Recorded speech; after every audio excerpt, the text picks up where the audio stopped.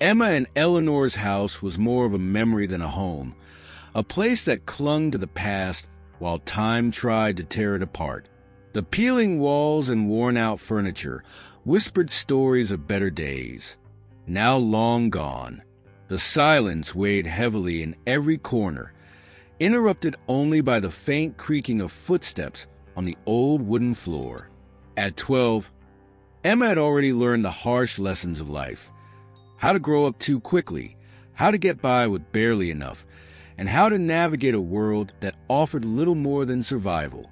Her grandmother, Eleanor, did her best to preserve some semblance of dignity amid the crushing poverty, but even her spirit seemed to weaken under the constant strain. Eleanor watched Emma while stirring the thin broth of boiled potatoes that would be their dinner, her gaze lingering on the girl's gaunt figure. The child deserved more than this, more than a life of constant worry and want. As she ladled the sparse meal into 2 chipped bowls, she spoke with a forced cheerfulness that could not quite mask the underlying concern in her voice. "Come, Emma," she said. "Let's eat while it's still warm." Emma nodded and joined her at the small, wobbly table. She poked at the potatoes with her spoon, her appetite almost non-existent. But she ate, knowing it would hurt Eleanor to see her waste even the smallest amount of food. There was an unspoken understanding between them. They shared everything, including the burdens they carried. Days later, in the bustling local market, they did their best to stretch what little money they had. Emma clutched a basket of bruised fruit that she had received in exchange for helping Mr. Martell, an old friend of Eleanor's who sold produce at one of the stalls. Eleanor had known Mr. Martell since before Emma was born, and he had always been kind, offering them whatever he could spare. Emma moved cautiously through the crowd, her thin frame slipping past hurried shoppers and vendors. Her face, pale from hunger, contrasted sharply with her dark eyes that seemed too deep, too knowing for a girl her age. It was this haunted look that caught the attention of Charles Davidson, a man of considerable wealth who wandered through the market that day with a restlessness that had nothing to do with buying or selling. Charles was not there for groceries. He had more than enough food at home and people to buy it for him. What he lacked, and what he did not even realize he was searching for, was a sense of purpose that money could not provide. When he saw Emma's gaunt figure and the weariness etched into Eleanor's face, he felt an inexplicable tug of empathy. Something about the scene reminded him of a time in his own life when he had known hardship, though that felt like a different lifetime now. He approached them slowly, as if not wanting to startle a wild animal. When he was close enough, he spoke, his voice gentle but direct. "Is there any way I could help?" he asked, his eyes shifting from Emma to Eleanor, gauging their reaction. Emma's gaze hardened, a reflexive defense she had developed to keep strangers at a distance. She took a step closer to Eleanor, as if to shield her grandmother from whatever this man was offering, or perhaps to hide herself. But Eleanor, her hope flickering faintly, broke the silence. Her voice trembled, carrying the weight of years that had worn her down. "Any help would be a blessing, sir," she said, her words sincere but edged with a lifetime of caution. Charles noted the hesitation in Emma's eyes and the exhaustion in Eleanor's voice. This was not a plea for charity. It was a quiet acknowledgement of a desperate situation. "I'd like to help you," he continued. "I can arrange financial support and perhaps a scholarship for the girl. It would be my honor." Eleanor's face softened with a mixture of relief and gratitude, though Emma remained skeptical, her mind racing with questions. Why would a man like this want to help them? What did he expect in return? But before Emma could voice her doubts, Eleanor touched her shoulder. "It's okay, Emma," she said softly. "Sometimes we have to accept kindness when it comes our way." The promise of help from Charles lifted a small part of the burden off Eleanor's shoulders, and for a moment, It seemed as though life had taken a turn towards something better. But that evening, as they prepared to retire for the night, the fragile sense of hope was shattered. The front door burst open, and Emma's heart leapt into her throat. Michael, her father, stormed in, his presence filling the room like a dark cloud. His face was hard and unyielding, and there was a wildness in his eyes, as if years of bitterness had finally found an outlet. He slammed the door behind him and tossed his worn jacket onto a chair with a careless flick of his wrist. "So," he sneered, his voice dripping with contempt, "looks like my little girl is finally worth something now, huh?"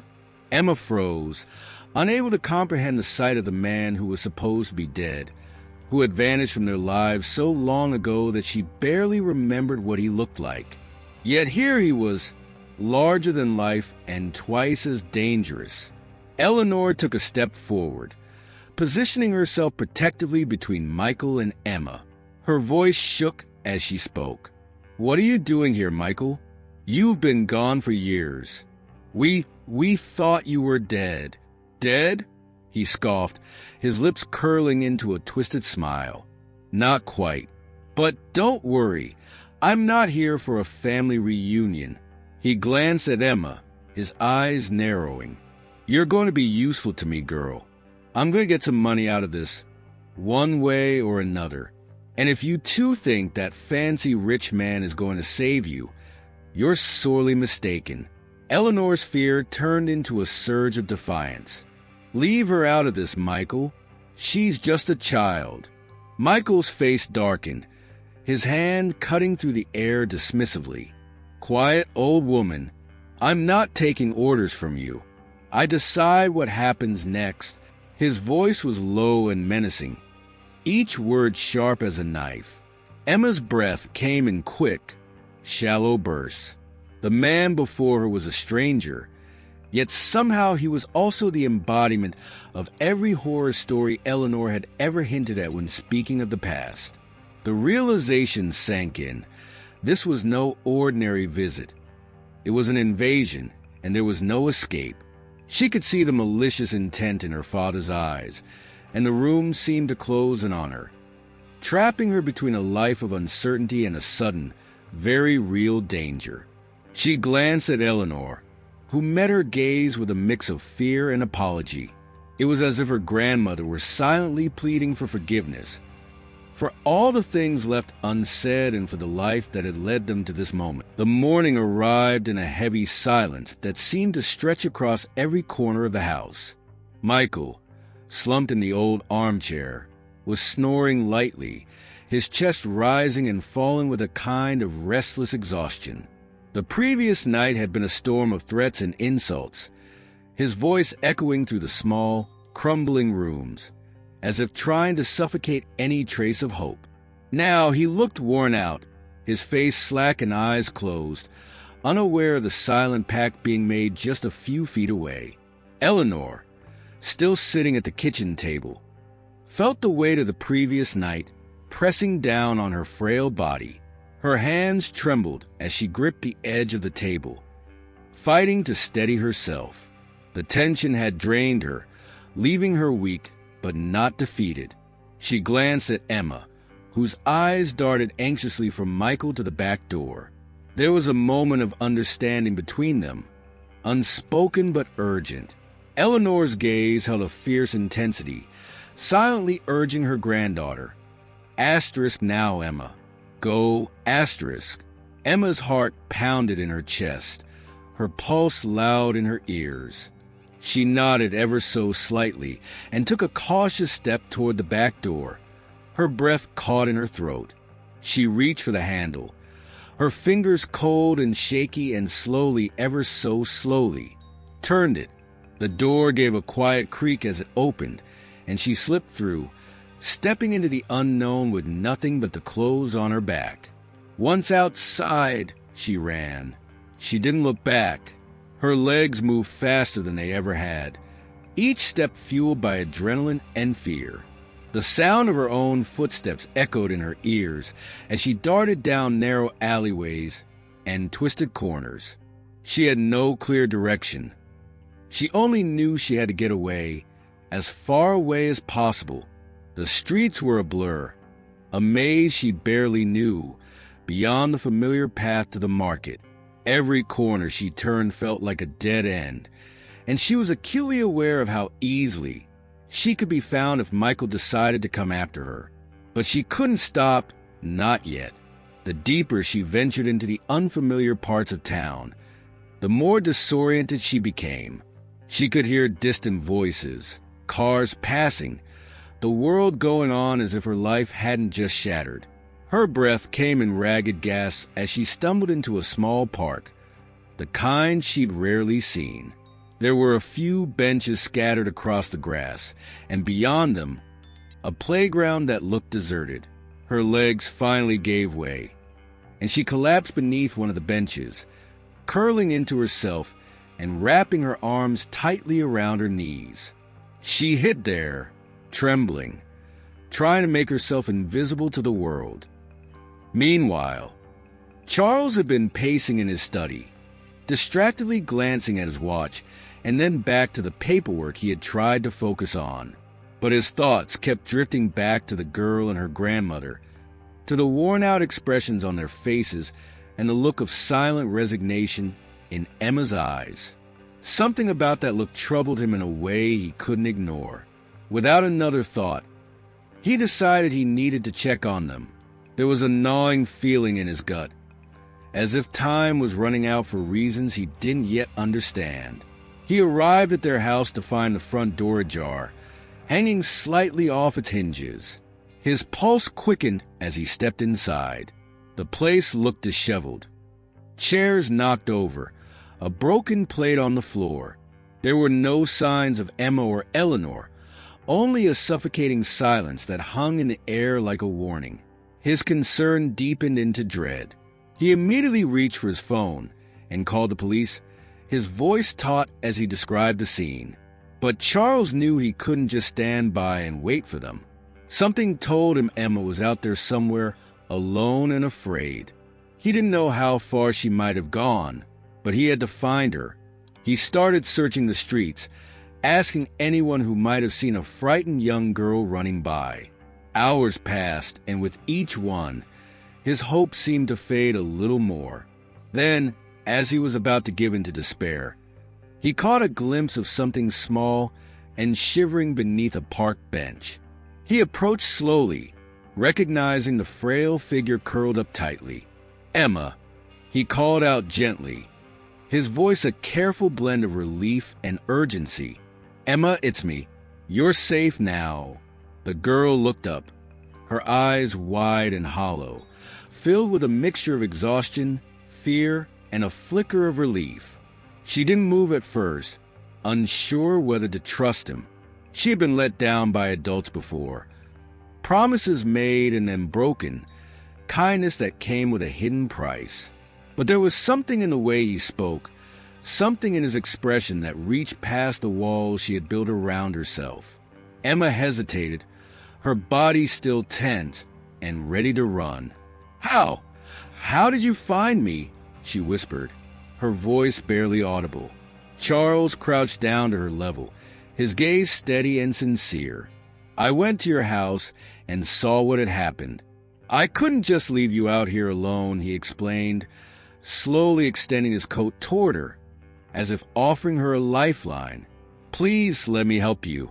We'll find your grandmother, and we'll figure this out together." Emma's eyes filled with tears she had tried so hard to keep at bay.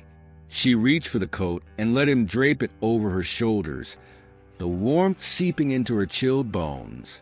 As he helped her to her feet, a surge of emotion overcame her.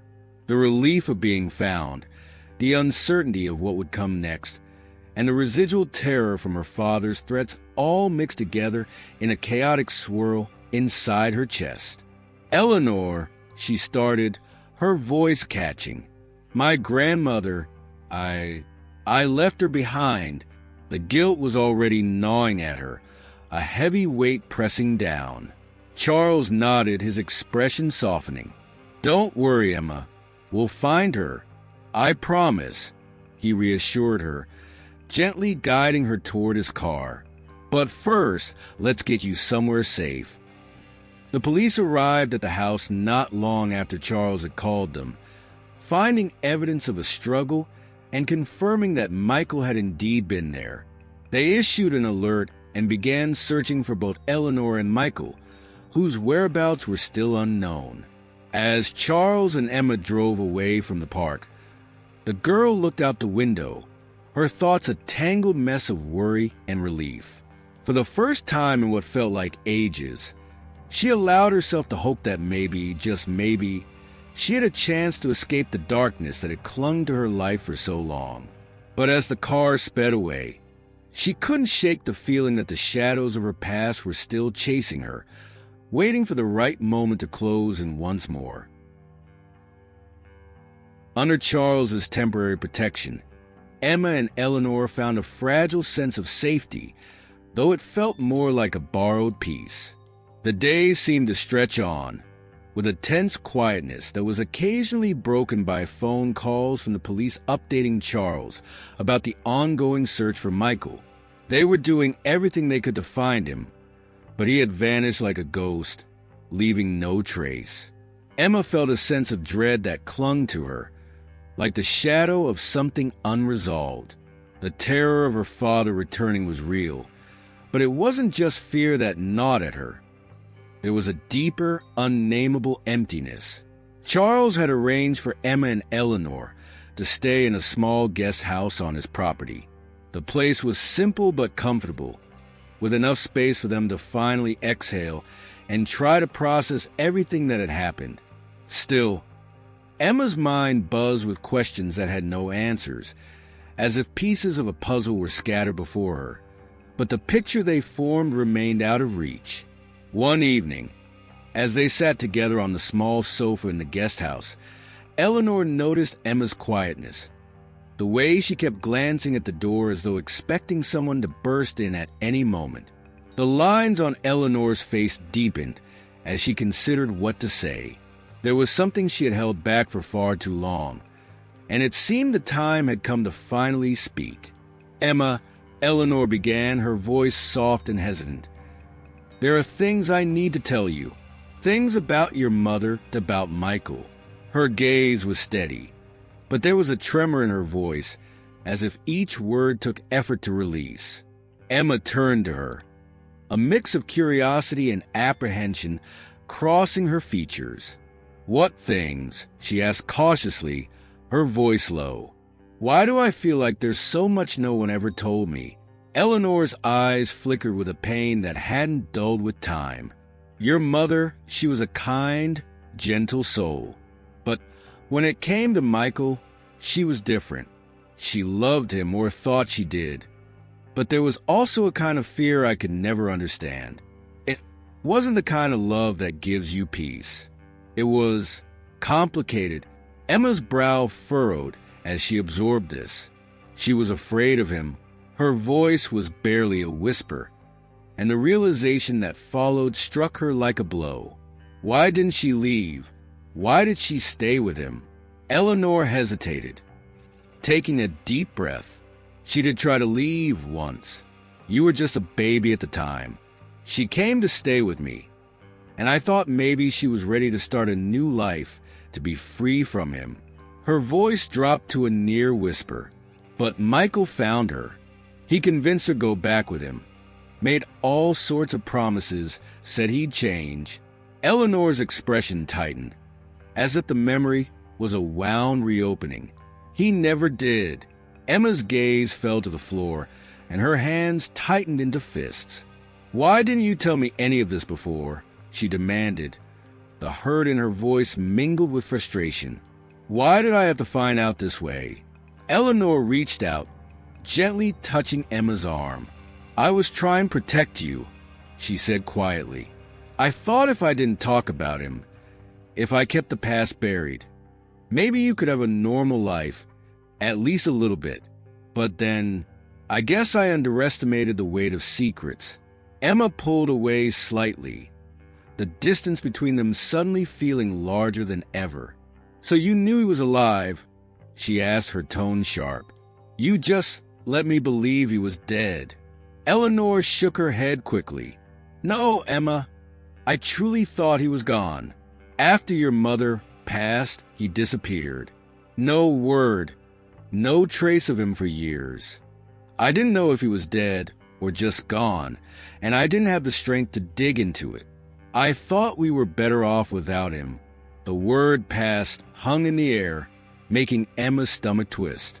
She had always been told that her mother died in a car accident, a tragedy with no one to blame. But now, it felt as though every detail of her life was up for questioning. "And my mother?" she asked, her voice trembling. "Did she really die in an accident?" Eleanor's expression crumbled, revealing a depth of sorrow that had long been kept hidden. "It was an accident, yes," she replied, but there was a hesitation, a flicker of doubt that Emma did not miss. But before it happened, she had started to talk about leaving Michael again. For good this time. She was planning something, and then, just like that, she was gone. Emma's mind raced. She could feel the walls closing in, the certainty of everything she had ever known dissolving like sand through her fingers. "Are you saying he?" She couldn't finish the thought. The idea that her father could have had something to do with her mother's death was too horrifying to put into words. "I don't know, Emma," Eleanor said, her voice breaking.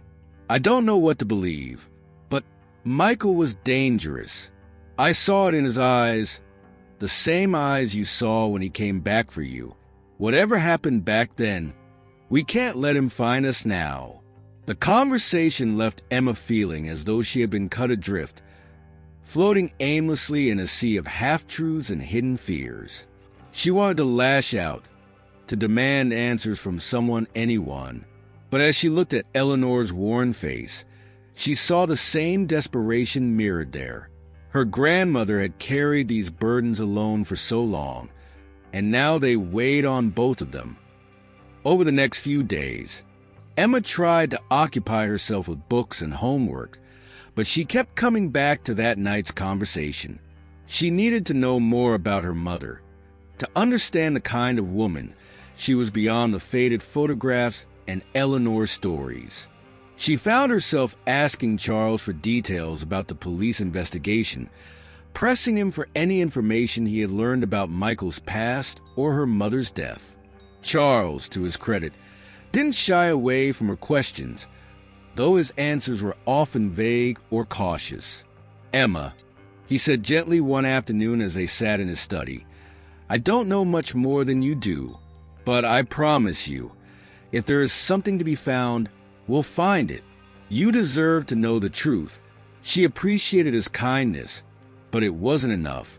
She needed to confront the ghosts of her past head-on, and for that, she needed to find Michael before he disappeared for good. Emma wasn't sure what she would say to him, or if she would even be able to look him in the eyes, but she had to try. There was a truth buried somewhere in the shadows of her family's history, and she would not rest until she unearthed it. The days had dragged on with an uneasy anticipation. Every phone call from the police carrying the hope of a breakthrough. Then the call came. Michael had been caught. The news arrived like a sudden gust, bringing both relief and a cold shiver of uncertainty. The details were sparse. He had been apprehended at a cheap motel while attempting to blackmail Charles for money. It was a desperate move, but not unexpected given his history. Charles relayed the news to Emma and Eleanor carefully, aware that this wasn't just an update. It was a doorway to everything they had been trying to avoid. He watched Emma's expression shift from surprise to a cold determination. Her jaw tightened, and her eyes, usually guarded, now seemed to blaze with an intensity he hadn't seen before. "I need to see him," Emma said, her voice steady but laced with something deeper, a kind of restrained fury. Eleanor shook her head, her face pale. "Emma, no. You don't need to go near that man. We're finally free of him, and you—" "No, we're not," Emma interrupted, her voice firmer than before. "We're not free. He's still holding something over us, something we don't know. I need to hear it from him." She turned to Charles, her eyes pleading for understanding. "Can you take me there? Please?" Eleanor's voice trembled as she spoke again. "Emma, what good could come from this? He's not going to tell you anything but lies. He'll try to manipulate you, just like he always did with your mother." Emma met her grandmother's gaze, her expression unyielding. "I have to know, Grandma. I can't keep living with all these unanswered questions. I'm not asking for permission, I'm going." Seeing the resolve in Emma's face, Eleanor knew she couldn't stop her, and a reluctant acceptance settled over her. Charles nodded, understanding that there was no turning back now. "All right," he said. "I'll arrange it. But, Emma, you need to be prepared. He's going to say things, cruel things. Don't let him get inside your head." Emma took a deep breath, already feeling the weight of what lay ahead. "I'm ready," she replied, though a small part of her wondered if anyone could truly be ready for a confrontation like this. The sterile white walls of the detention center loomed around Emma as she followed the guard down the narrow hallway.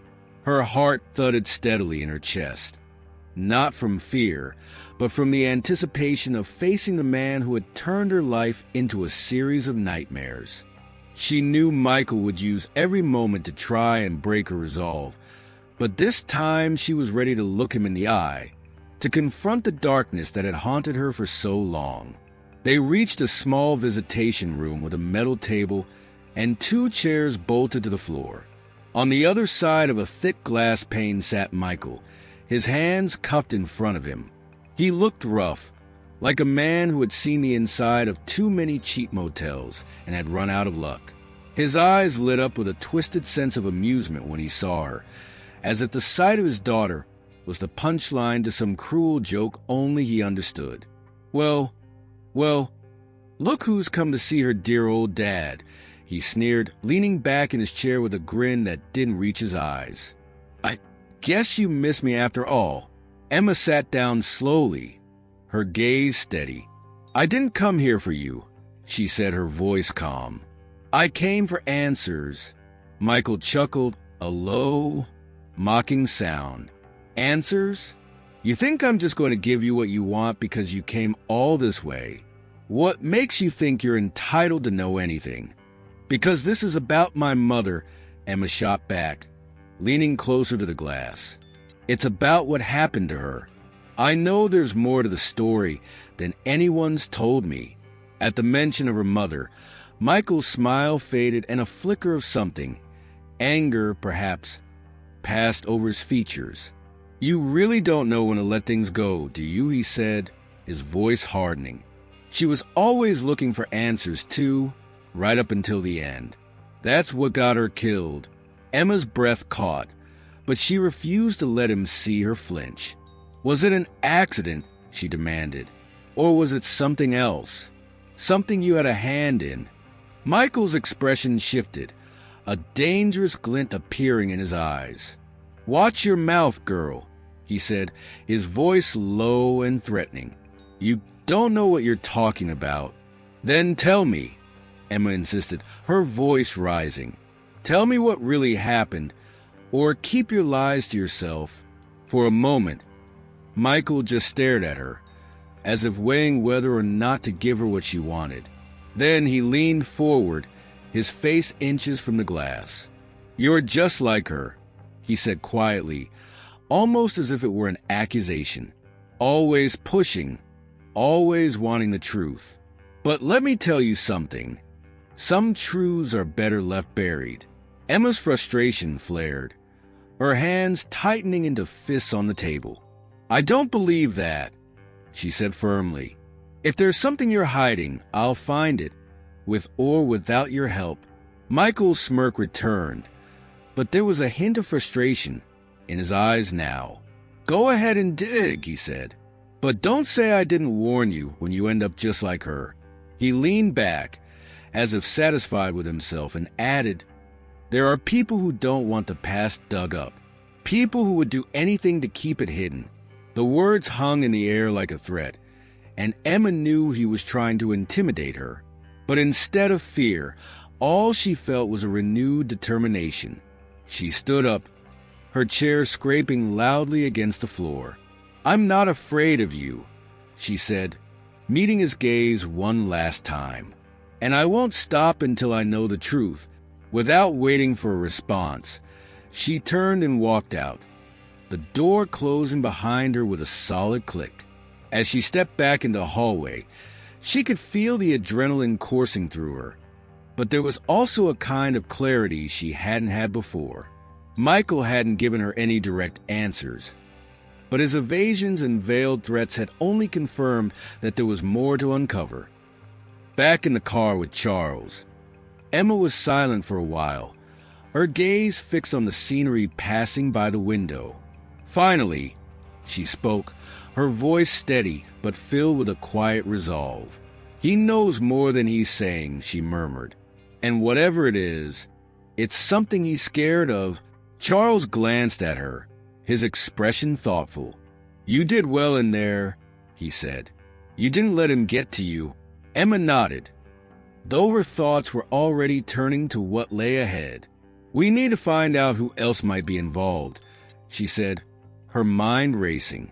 "If there are others who want to keep this hidden, then I need to know who they are and why."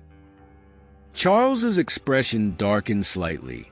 "This could be dangerous, Emma," he warned. "Michael isn't bluffing about people who would go to great lengths to keep the past buried." Emma turned to him, her eyes burning with determination. "I don't care," she said.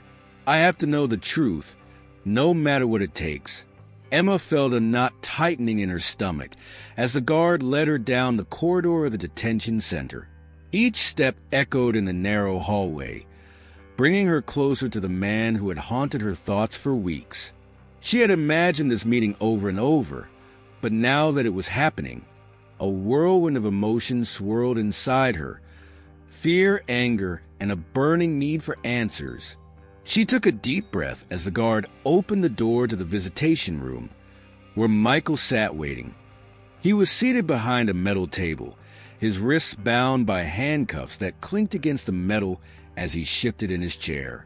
His eyes met hers with a spark of recognition, but there was no remorse, no hint of regret, only a twisted curiosity. His lips curved into a half-smile that seemed to mock her even before he spoke. "So," he drawled, leaning back in his chair as much as the cuffs would allow, "decided to come see your dear old dad, did you?" His voice carried a hint of amusement, as if the whole situation was some kind of sick joke.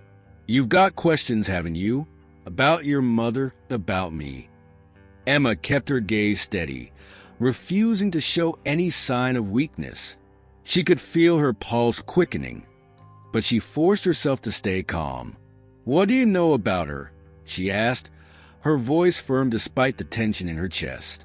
"What aren't you telling me?" Michael's smile widened, and he let out a low, gravelly laugh that seemed to fill the small room. "More than that old woman Eleanor ever did," he replied, his tone taunting. "And I'll tell you, but only if you help me get out of here." He leaned forward, his eyes narrowing as he spoke. "A trade, let's call it. You get your answers, and I get my freedom." Emma's jaw tightened. "You think I'd ever help you?" She shot back, her voice rising. "After everything you've done?" Michael's gaze remained locked on hers, a faint smirk still playing on his lips. "Oh, come on, Emma. You came all this way because you're desperate for the truth. I'm the only one who has it, and we both know you'd do anything to get it." His expression darkened, a coldness seeping into his eyes. "Your mother, she was just as stubborn, always digging, always looking for what she shouldn't." Emma felt a surge of anger course through her, but she kept her voice steady. "Stop playing games," she demanded. "If you really know something, then just say it. What happened to her?" Michael's gaze flickered with something, whether it was anger, regret, or some twisted satisfaction. She couldn't tell. "She was going to leave," he said, his voice suddenly quieter, almost distant. "She thought she could take you and run. But she underestimated how far I'd go to keep my family together."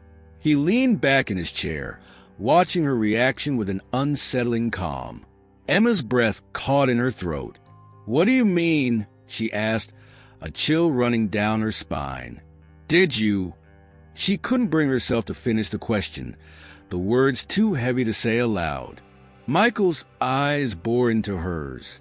"Let's just say," he murmured, "she had some unfortunate accidents. But she wasn't innocent in all of this, Emma. She was no saint." His voice dripped with bitterness, as if blaming her mother would somehow absolve him of guilt. Emma felt her hands clench into fists on the table. "So, you're saying you did it?" she asked, the anger seeping into her tone. "You're admitting you had something to do with her death?" Michael's expression hardened, the amusement vanishing from his face. "It wasn't supposed to happen like that," he said, his voice low and tense. "But your mother couldn't let things go. She was always one step ahead, and then, suddenly, she wasn't." The words hung in the air, leaving a bitter silence between them. Emma's mind raced, piecing together the fragments of truth he had let slip. It wasn't a confession, not really, but it was close enough to confirm what she had feared all along. Her mother's death hadn't been an accident, at least not entirely. "Why?" Emma whispered, her voice barely audible. "Why did you do it?" Michael's eyes flickered with something dark. "She was going to ruin everything," he said coldly. "She was going to take you away from me, from the life I built. I couldn't let her destroy us like that." Emma's breath came in ragged bursts as she stared at the man before her, a man who spoke of love and family, but was capable of such cruelty.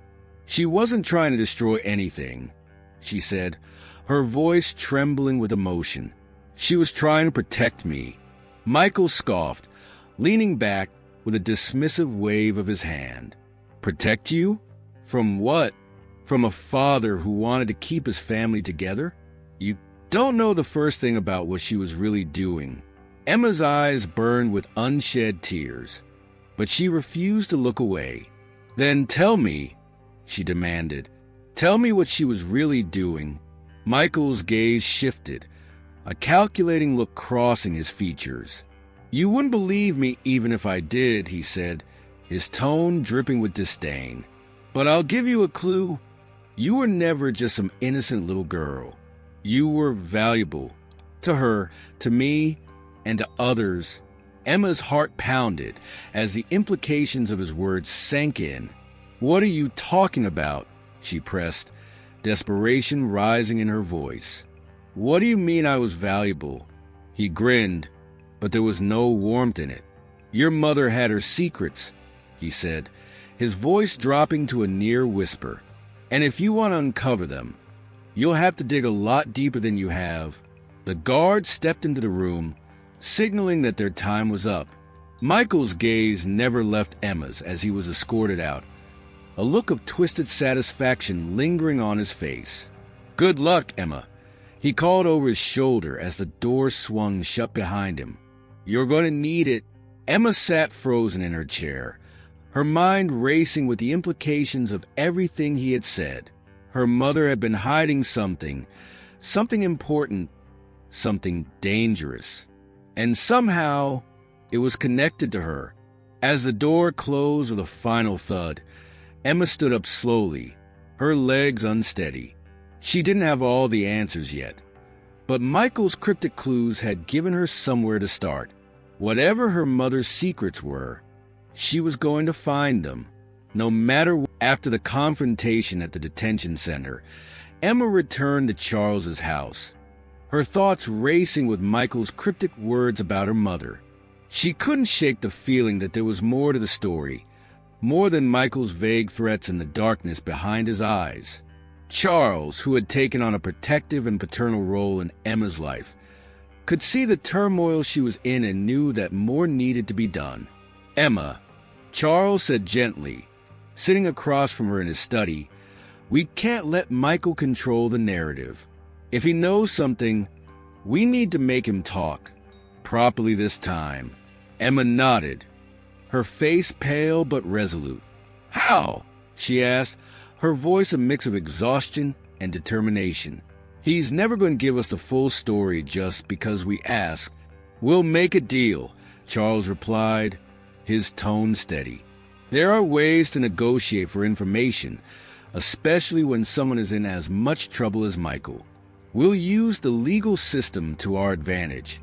Within a few days, Charles and his lawyers arranged a meeting with Michael's legal representatives. The terms were simple. In exchange for a reduced sentence or certain benefits in prison, Michael would have to reveal the full truth about Emma's mother. Reluctantly, Michael agreed to cooperate, but only partially, just enough to secure the deal. The day of Michael's confession arrived. Emma sat in a corner of a small conference room at the detention center, accompanied by Charles and one of his attorneys. Michael was brought in, his hands cuffed to a chain around his waist. He was ushered into a chair across from them, and though his expression was defiant, there was a glint in his eye that hinted at resignation. Charles leaned forward, his gaze steady. "All right, Michael," he said, his voice low and firm. "It's time to tell us what really happened." Michael smirked, looking around the room as if savoring the attention. "You're all so eager for the truth," he said, his tone dripping with sarcasm. "Well, here it is." He took a breath, glancing briefly at Emma before speaking. "Your mother found out that I was involved in some questionable business," he began, choosing his words carefully. "She wasn't supposed to know, but she did. And when she found out, she threatened to expose everything. She said she was going to the police, to the press, to anyone who would listen." Emma's hands tightened into fists as she listened. "What kind of business?" she demanded, her voice cutting through the tension. Michael's eyes flicked to her, then back to Charles. "Smuggling. Drugs, mostly, but sometimes other things," he said, his voice low. "I had connections, people who needed things moved, things that couldn't be traced back to them. It was a profitable business, and I wasn't the only one involved." The lawyer's pen scratched against the paper as he took notes, while Charles's expression hardened. "And what did your wife discover?" he asked, his tone icy. "She found some documents," Michael replied, shrugging slightly. "She wasn't supposed to see them, but she did. They had names, details, things that could ruin a lot of people. She took pictures, made copies. She said it was for Emma, that she couldn't let her daughter grow up around that kind of life." Emma felt a surge of emotion rise in her chest, grief, anger, pride. Her mother had been trying to protect her, to get them both away from the danger. "So, what did you do?" she asked quietly, dreading the answer. Michael's gaze darkened. "I tried to reason with her," he said, a defensive edge to his voice. "Told her we could find a way to make it work, that she didn't need to do anything drastic. But she wouldn't listen. She was already packing, planning to leave. She told me she didn't care what happened to me as long as she got you out safely." He hesitated, then continued, his voice softer. "The night she died, we had a fight. She was about to drive away, but I tried to stop her. I grabbed her arm, and she pulled back. She got in the car, and she was furious. Didn't see the other vehicle coming. A heavy silence filled the room. Emma felt like the air had been sucked out of her lungs. "You're saying it was an accident," she whispered, her voice shaking. "That she died because of a fight with you?" Michael's face was a mask of conflicting emotions, remorse, anger, and something else, a kind of defiance. "She was distracted, that's all," he replied. "It wasn't supposed to end like that." Charles's jaw clenched as he looked at Michael, his voice cold and steady. You were the reason she was in that car. You caused the accident by trying to stop her." Michael's expression hardened again. "She was the one who couldn't leave things alone," he said sharply. "If she'd just listened to me, none of this would have happened." Emma felt a hot tear slip down her cheek, but she quickly wiped it away, refusing to let him see her break. "You killed her," she said, the words laced with anger. "Even if you didn't mean to, you did." Michael looked at her with a twisted kind of pity. "You can believe whatever you want, Emma," he said, his tone softening in a way that almost seemed genuine. "But she made her choice, and so did I." The lawyer called the meeting to an end, and Michael was escorted out, leaving Emma and Charles in a heavy silence. After the confession, Eleanor was told the truth in the quiet of Charles's study. She sat in an armchair, her hands clasped tightly in her lap, her eyes wet with unshed tears. When Charles finished recounting what Michael had said, she let out a long, trembling breath, as though releasing a burden she had carried for too long. "I always knew he was a dangerous man," she whispered, her voice quivering. "But I never thought it would end like that." Emma sat beside her, her own heart aching with grief and anger. "She was trying to protect me," she said quietly. "She wanted to get us away from him." Eleanor nodded, reaching over to take Emma's hand in hers. "Your mother was a brave woman," she murmured. "She did what she thought was best, even if it cost her everything." The two sat in silence, each processing the weight of the truth that had finally been laid bare. The weeks leading up to Michael's trial were a blur of court dates, meetings with lawyers, and long conversations between Emma, Charles, and Eleanor. With Charles's guidance and support, Emma had managed to piece together the truth about her mother's death and Michael's criminal dealings. The case against him was solid, built on the confessions he had reluctantly made and the evidence that Charles's legal team had painstakingly gathered. Emma had prepared herself for the trial, knowing she might have to face Michael in court, to look him in the eye one last time. This wasn't about revenge for her. It was about closure, finally ending a chapter that had haunted her for years. The courtroom was filled with a quiet intensity as the proceedings began. Emma sat in the front row, with Charles beside her, his steady presence a constant reassurance. Eleanor was on her other side, her hands gripping Emma's tightly, as though the strength they shared between them was the only thing keeping them upright. As the prosecutor presented the case, detailing Michael's history of threats, extortion, and his involvement in his wife's death, Emma felt a mixture of emotions: anger, sadness, and a cold sense of relief that the truth was no longer hidden. It was out in the open for everyone to see, and there would be no escaping it. When Michael took the stand, there was a moment of tension. Emma felt her pulse quicken as she watched him walk to the witness stand, his expression a mask of indifference. His lawyer had advised him to appear remorseful, but Emma could see the thin veil of contempt beneath his attempts to seem regretful. The prosecutor began questioning him about the night of his wife's death. Michael maintained his original story, that it had been a tragic accident, but under pressure, he was forced to admit the fight that had taken place right before she got in the car. "She was leaving," Michael said, his voice lacking the emotion one would expect. "She was taking Emma and walking out. I didn't mean for her to." He stopped, his jaw tightening. "She wasn't supposed to die." The prosecutor's voice was calm, but relentless. "But you admit to grabbing her, trying to stop her moments before the crash?" Michael hesitated. "Yes," he finally said, his tone resentful. "But I didn't cause the accident." Emma listened to his voice, trying to detect any trace of remorse, but all she heard was bitterness. When it came time for the defense attorney to make his case, they attempted to portray Michael as a man driven by desperation, not malice. It was a weak argument, and Emma could tell that even the jury was not convinced. As the trial went on, the testimonies piled up against him. Former associates who spoke of his illegal dealings, documents recovered that linked him to extortion, and even records of threats he had made to other people. It became clear that Michael was not just a man who had made a few mistakes.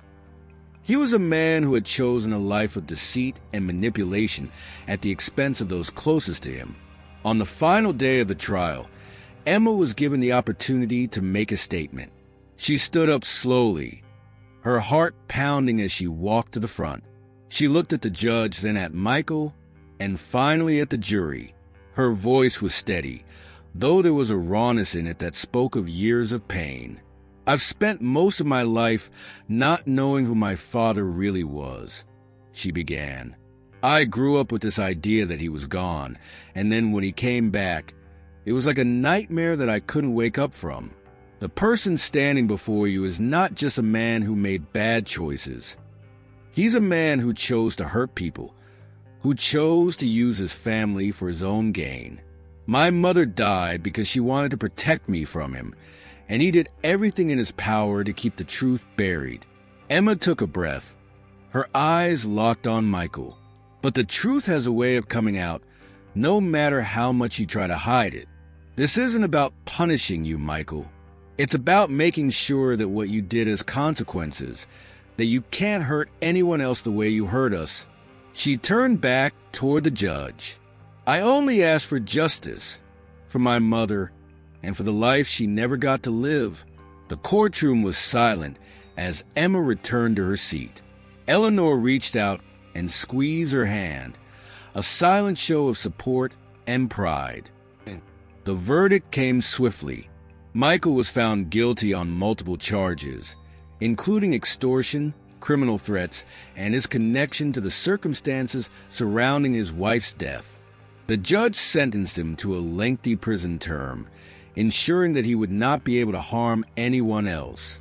As the judge read out the sentence, Emma felt a strange calm settle over her. It wasn't happiness.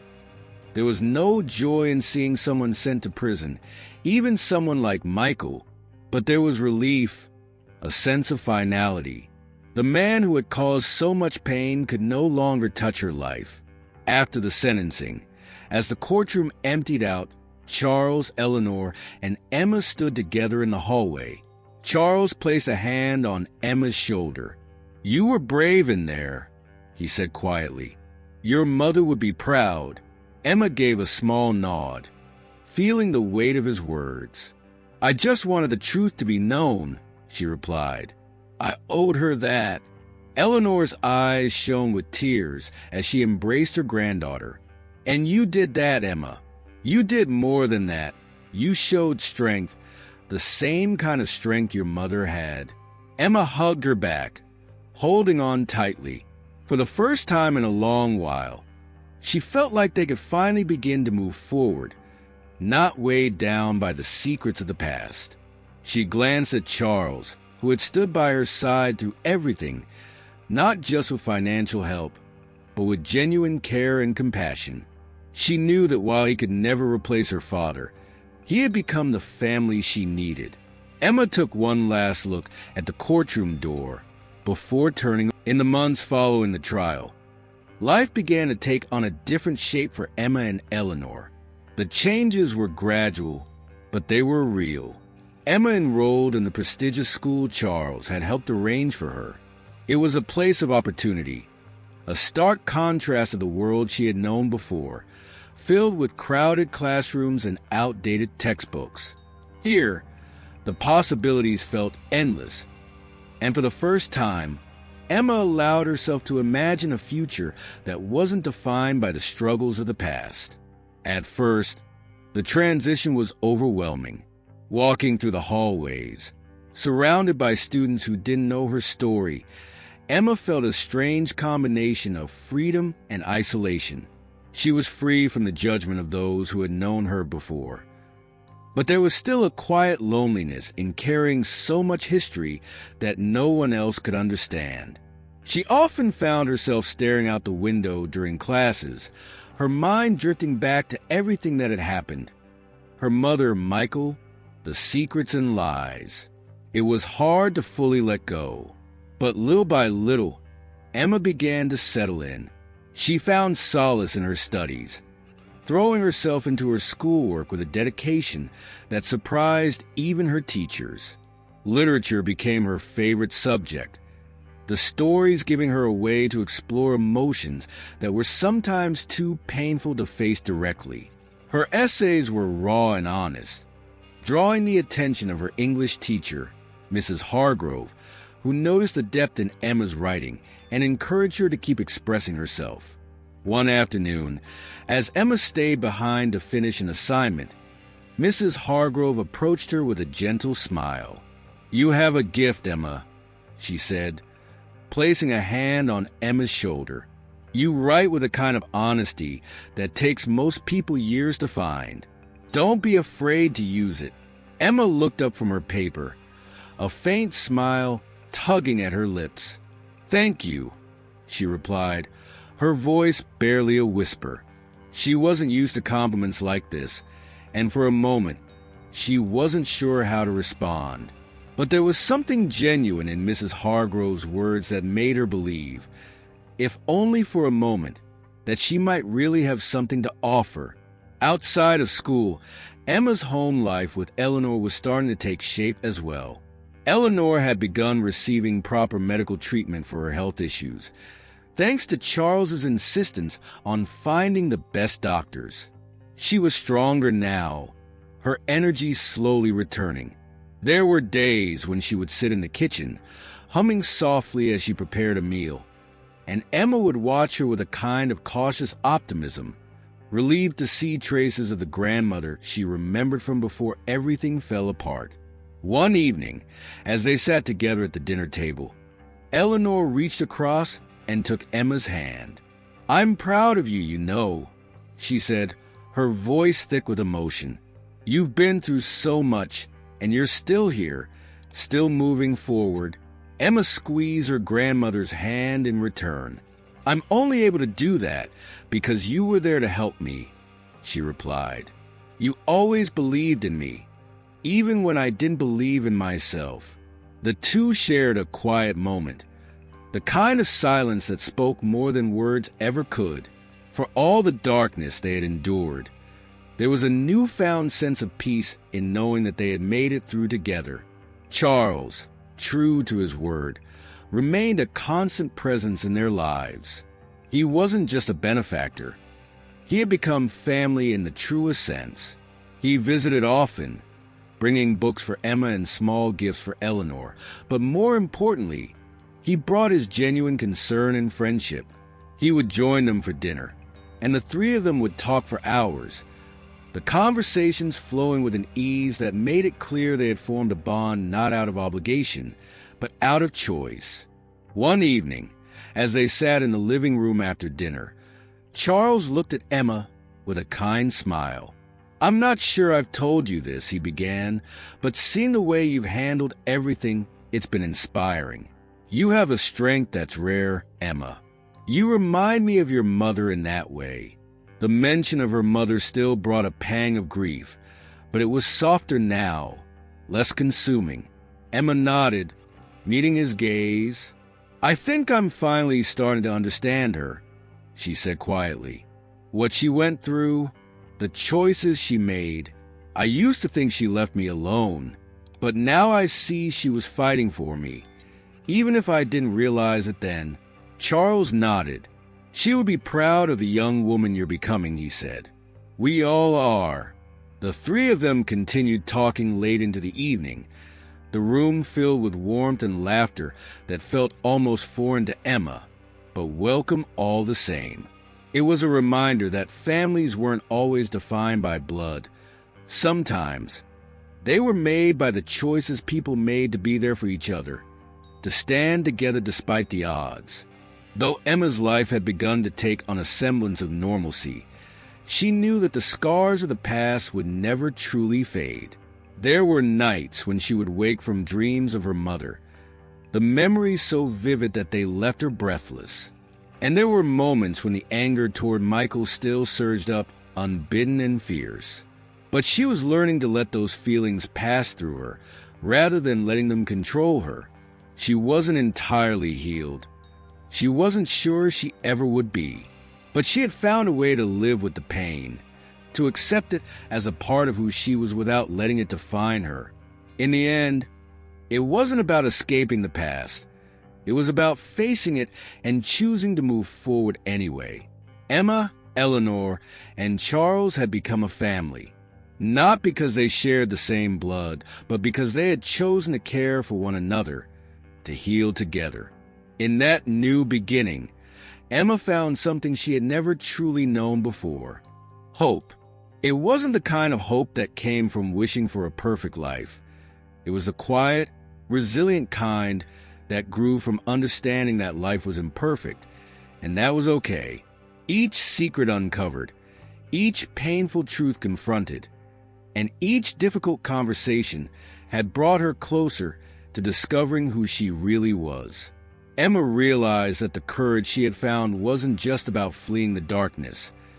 It was about embracing the light that came after. For the first time, the future felt open, not like an endless struggle. So, if you're not subscribed yet, click on the subscribe button below and join our community. Thank you for your support and see you in the next videos.